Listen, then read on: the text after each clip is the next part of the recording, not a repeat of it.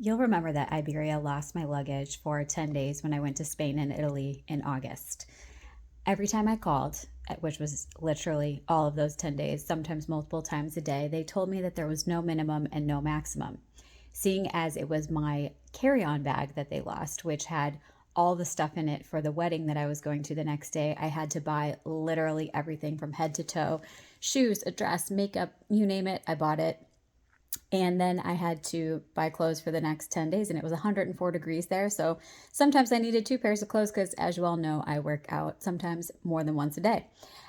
So I ended up racking up a bill of $3,088. And the first time that I submitted all my receipts to Iberia, they came back and said, we'll pay you $914. I wrote back and said no. And they wrote back and said, okay, we'll pay you $1,528. Again, I wrote back and said, no. Every time I called, your people told me that there was no minimum and no maximum. Here's why I needed to buy all this stuff. Please give me more money. The third time that I sent a message to them, they said that they would give me $2,071, which includes $250 for the bag that they then found of mine that was damaged and I needed to replace. So it's really even less than the $2,071. I replied back and said no. And I talked to somebody on the phone and they said, well, the thing is that there's the Montreal Convention that only makes Iberia or any other airline pay up to 1,500 something euros when they lose somebody's bag.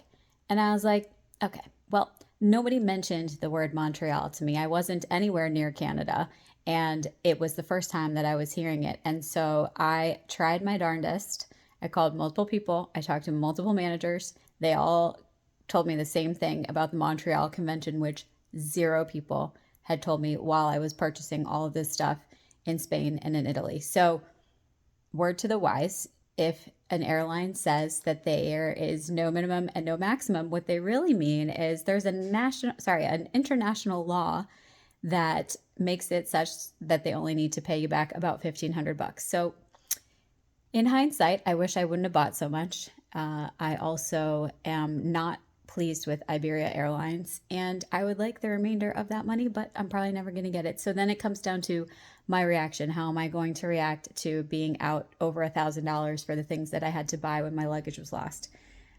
That's where it becomes about me and not about Iberia. And I'm trying to just maintain my calm, be excited about the new wardrobe that I got.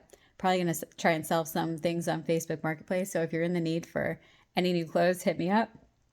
And other than that, what can I do? It's completely spilled milk at this point. It's not my fault. It's Iberia's fault.